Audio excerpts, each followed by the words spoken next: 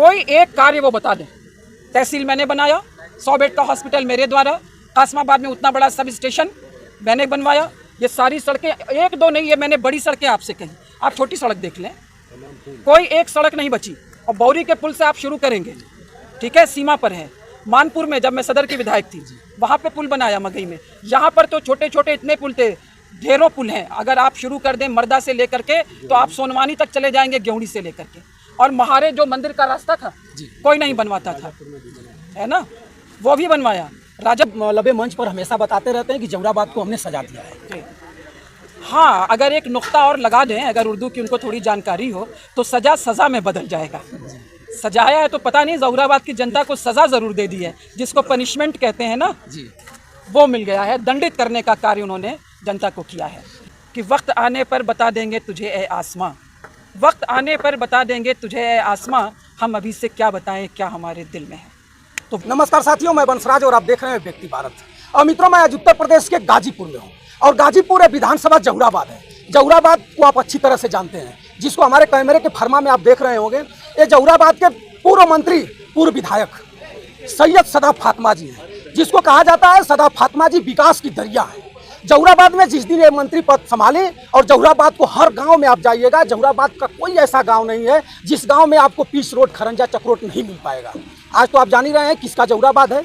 जौहराबाद में पियर का चाचा, जिसको प्रेम से लोग कहते हैं पियर का चाचा, पंचायती राज मंत्री ओम प्रकाश जी यहाँ विधायक हैं, मंत्री हैं और सत्ता सुख में हैं। बताते हैं कि मैं जौहराबाद में पूरे जौहराबाद को विकास की दरिया बहवा दिया हूँ। लेकिन अगर विकास का नाम लिया जाए जौहराबाद और पूरे उत्तर प्रदेश गाजीपुर में, तो कहा जाए सबसे पहले नाम किसी का आता है तो सैयद सदा फातिमा जी का आता है। आज हमारे साथ हैं, पीडीए की मीटिंग थी, मीटिंग में हम लोगों से मिल चुकी है। मैं इनसे कुछ उत्तर प्रदेश के राजनीति पर या खासतौर जौहराबाद के विकास पर मैं इनसे बात करूँगा। आप चैनल में बने रहें और कमेंट करके जरूर बताइएगा कि जो भी मैं कहा हूँ, जो भी मंत्री जी ने कहेंगी, कितना सत्यता है। सादर प्रणाम आपको। जी नमस्कार। आप जौहराबाद में पीडीए की मीटिंग कर रहे हैं। जौहराबाद में आपके विपरीत विधायक हैं, मंत्री हैं और विकास की दरिया बहाने वाली आप एक महिला पुरुष हैं, क्या कहिएगा?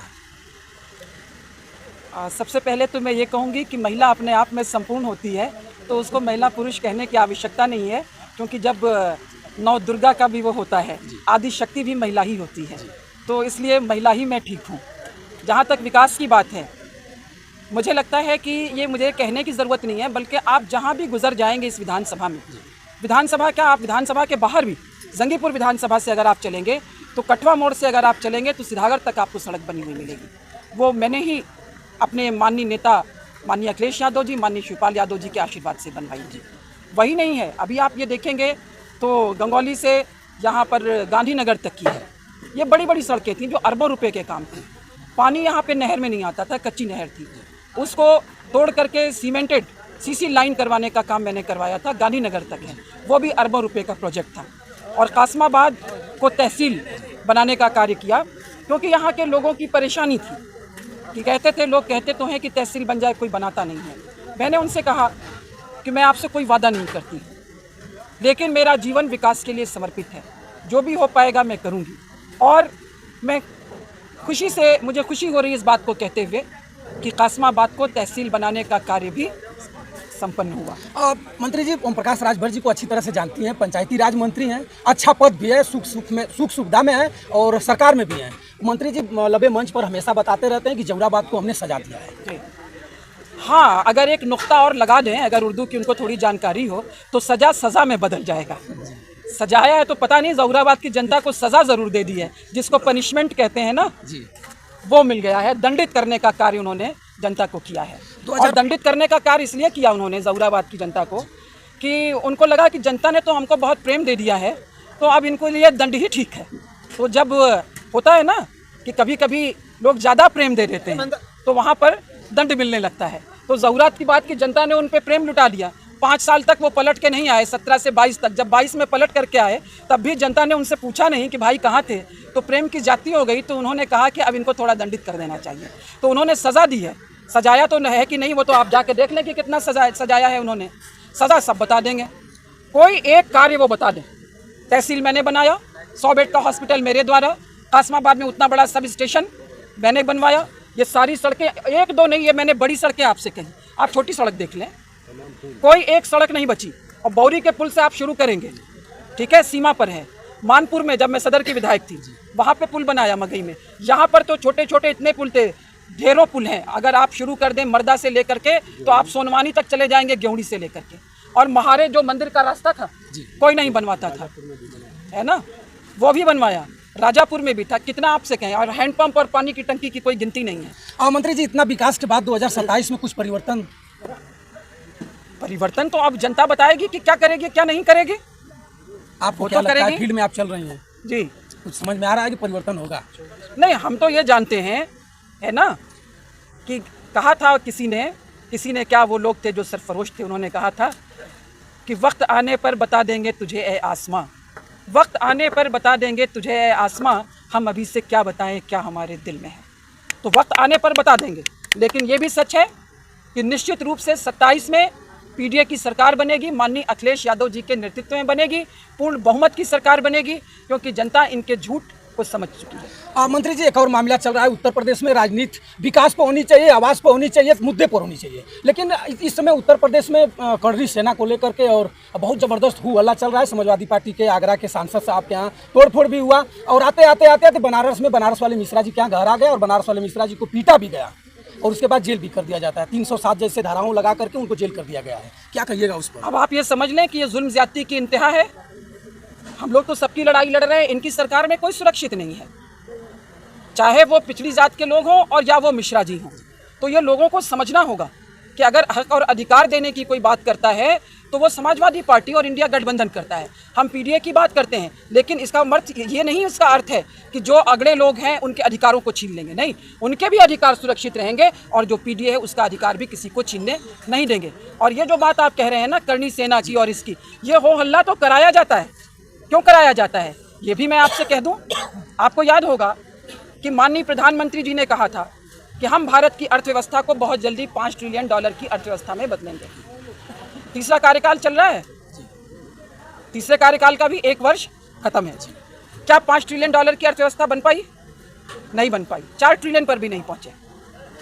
बात करते हैं चीन की, क्योंकि चीन ही वास्तव में भारत का सबसे बड़ा दुश्मन है। पाकिस्तान तो छोटा सा है, जब चाहेंगे मसल देंगे।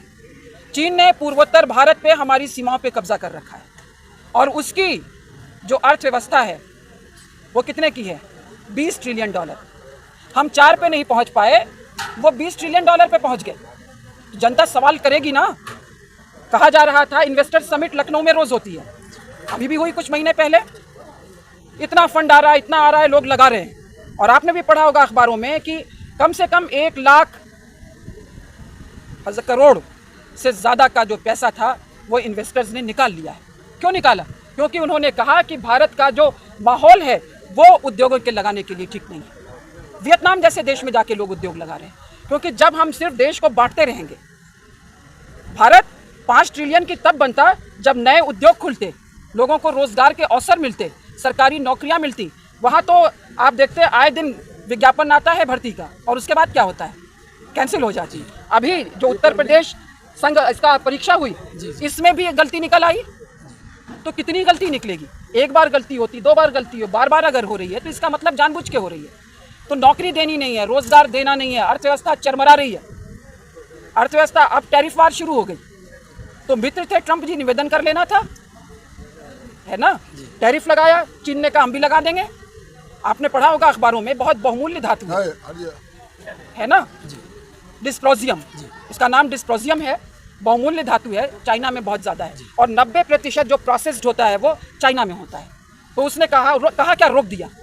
उन्होंने उसके निर्यात को रोक दिया है, और उसका इस्तेमाल होता है मिसाइल गाइडेंस सिस्टम में होता है।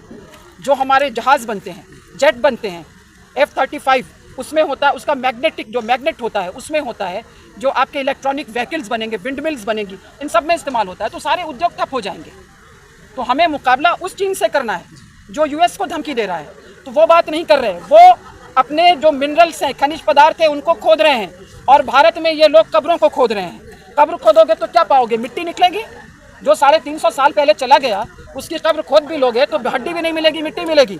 अरे खोदना है तो धरती के अंदर छुपे हुए बहुमूल्य खजाने को निकालो चीन की तरह से, ताकि भारत की अर्थव्यवस्था कब तक अटके रहोगे $5 ट्रिलियन पे और 4 पे पहुंचाइए $40 ट्रिलियन पर। उस दिन देश जो है वो तरक्की के नए नए रास्ते चुनेगा। और इसके लिए हम लोग उत्तर प्रदेश में माननीय अखिलेश यादव जी के नेतृत्व में पीडीए की सरकार, इंडिया गठबंधन की सरकार निश्चित रूप से बनाएंगे, पूर्ण बहुमत की सरकार। मंत्री जी, वक्फ का एक मामला चल रहा था, इस पर क्या प्रक्रिया है? अब जो चीज़ चली जाए सुप्रीम कोर्ट में, और अदालत खुद कह रही है कि इस कानून के जो कुछ उपबंध हैं उनसे हम सहमत नहीं हैं, कि एक धार्मिक वो है, उन्होंने कहा, और कोर्ट ने ही ये भी कहा है कि इस तरह से हिंदू संगठनों के भी है, तिरुपति बालाजी में भी है संपत्ति, वहाँ भी है, तो सबका है, ठीक है, सब लोग अपनी अपनी उसको देखें। तो वक्फ का जो मामला इसमें उलझाया जा रहा है, मैंने कहा कि अभी देश को लड़ाई लोग लड़ रहे हैं क्योंकि अधिकार छीन रहे हैं, लेकिन जो भारतीय जनता पार्टी है वो लोगों का ध्यान महंगाई, बेरोजगारी, इन मुद्दों से हटाना चाहती है। और मैं पीडीए के लोगों से कहूँगी, अपील करना चाहूँगी आपके चैनल के माध्यम से, पीडीए ही नहीं, इस देश के हर एक नागरिक से, जिम्मेदार नागरिक से मैं कहूँगी, वो अगड़ा हो या पिछड़ा हो, कि जब भारत सुरक्षित रहेगा तभी आपका भविष्य सुरक्षित रहेगा।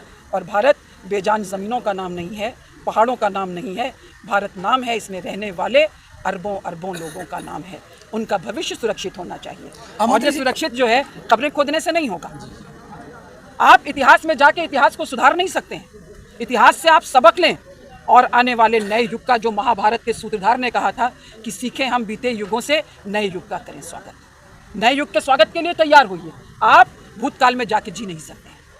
आचार्य हजारी प्रसाद द्विवेदी ने कहा था कि इतिहास लेखन शव साधना के समान होता है, जो मर जाता है उसे हम अपनी इससे आज़ाद कर देते हैं, फिर वो हमारी ना तो घृणा का पात्र होता है, ना इससे घृणा का पात्र, क्योंकि वो अब नहीं रहा है। तो इतिहास से हम जो गलतियां हैं उनसे हम सीखें और भविष्य की मजबूत आधारशिला रखें, नया भारत का निर्माण करें। और भारत के हर जिम्मेदार नागरिक से कहेंगे कि आप इनमें ना उलझें, हिंदू मुस्लिम में ना उलझें, कब्रें खोदने में ना उलझें, है ना। ये सेनाएं बनती रहेंगी, बिगड़ती रहेंगी। सेना बनानी है तो आज़ाद हिंद फौज जैसी सेना बनाएं, सुभाष चंद्र बोस जैसा नेतृत्व पैदा करें। अगर आदर्श बनाना है तो चंद्रशेखर आज़ाद को बनाएं, राम प्रसाद बिस्मिल को बनाएं, अशफाकुल्ला खां को बनाएं, डॉक्टर लोहिया को बनाएं, महात्मा गांधी को बनाएं, बाबा साहब भीमराव अंबेडकर को बनाएं, मुलायम सिंह जी को बनाएं, मान्यवर काशीराम जी को बनाएं, अखिलेश जी को बनाएं। यही सच्ची श्रद्धांजलि होगी हमारी बाबा साहब भीमराव।